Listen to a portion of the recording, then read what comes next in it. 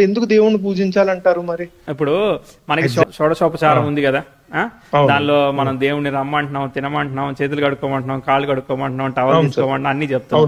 ఒక ఇంటికి ఒక అతిథి వస్తే ఎట్లా రెస్పెక్ట్ చేయాలో మనకి నేర్పిస్తుంది కదా. అవును సార్, అవును. సో ఇప్పుడు మీ ఇంటికి నేను వచ్చాను, లేదంటే మీరు మా ఇంటికి వచ్చారు.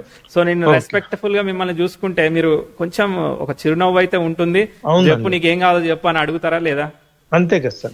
సో ఇప్పుడు ఈ విధంగా మీకు వచ్చిన కస్టమర్స్ కావచ్చు, పీపుల్ తో గానీ మీ బిహేవియర్ రూట్స్ నుంచి స్టార్ట్ అయితే మీకు సొసైటీలో యాజ్ ఎ బిజినెస్ మ్యాన్ గా మంచి వెళ్తే మంచిగా మాట్లాడుతున్నాడు అనే ఒక పాజిటివిటీ బిల్డ్ అవుతుందా?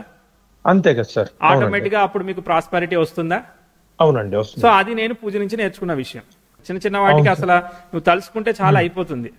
ఇది అవ్వాలని సంకల్పించుకుంటే చాలా అది అయిపోతుంది. అవునండి. నా దృష్టిలో ఏంటంటే మెటీరియలిస్టిక్ మీన్స్ నువ్వు ఒకటి కావాలనుకోవడం, అది నీకు దక్కడం మెటీరియలిస్టిక్ లైఫ్. అసలు ఏమీ కావాలనుకోకపోవడం, ఏమీ లేకపోవడమే స్పిరిచువల్ లైఫ్.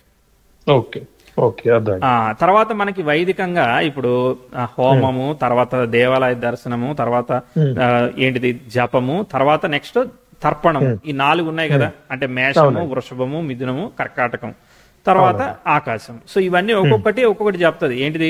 అగ్నితత్వం హోమం చేస్తే బాడీ ప్యూరిఫై అవుతుంది. తర్వాత క్షేత్ర దర్శనం, టెంపుల్ కి వెళితే మనం మెంటల్లీ బ్యాలెన్స్ అయ్యి ఇప్పుడు జపం చేయడానికి సిద్ధం కావడం గానీ, పీస్ఫుల్ సెట్ ఆఫ్ మైండ్ కి వెళ్ళడం గానీ, మనకి క్షేత్ర దర్శనం ఉన్న పీస్ కి ఒక 1000x లో పీస్ ని ప్రోగ్రెస్ చేస్తుంది. అంతే కదా. ఎందుకంటే we are mentally prepared to have a piece.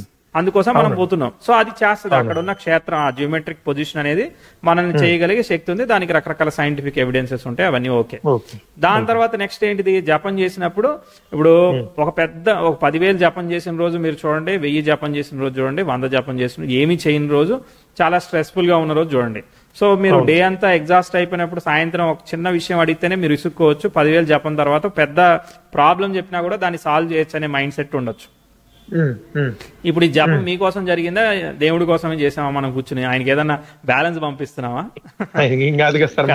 Right. So ఇది మనల్ని మనం బెటర్ గా చేసుకోవడం. అంటే బాడీ ఫస్ట్ అగ్ని వల్ల ప్యూరిఫై అయింది, తర్వాత భూమి అంటే దీని వల్ల ఏమవుతుంది? సిద్ధం అవుతుంది, అంటే బ్యాలెన్స్ అవుతుంది. తర్వాత ఈ వాయువు అనే దాని వల్ల జపం అనేది మెంటల్లీ మనల్ని బ్యాలెన్స్ చేస్తుంది. తర్పణం అనేది ఇప్పుడు చెట్టుకు మొక్కకి నీళ్లు పోసావు, ఆ పువ్వు విచ్చుకుంది చూసావు, సో నువ్వు హ్యాపీ ఫీల్ అయ్యావు. ఇదంతా ఏదో ప్రాఫిట్ వస్తుందని చెయ్యట్లే కదా. అవునండి. చాలా విషయాలు. సో ఇవన్నీ కూడా మెంటల్ హ్యాపీనెస్ ని ఇచ్చేదానికి కారణం అవుతాయి అనమాట.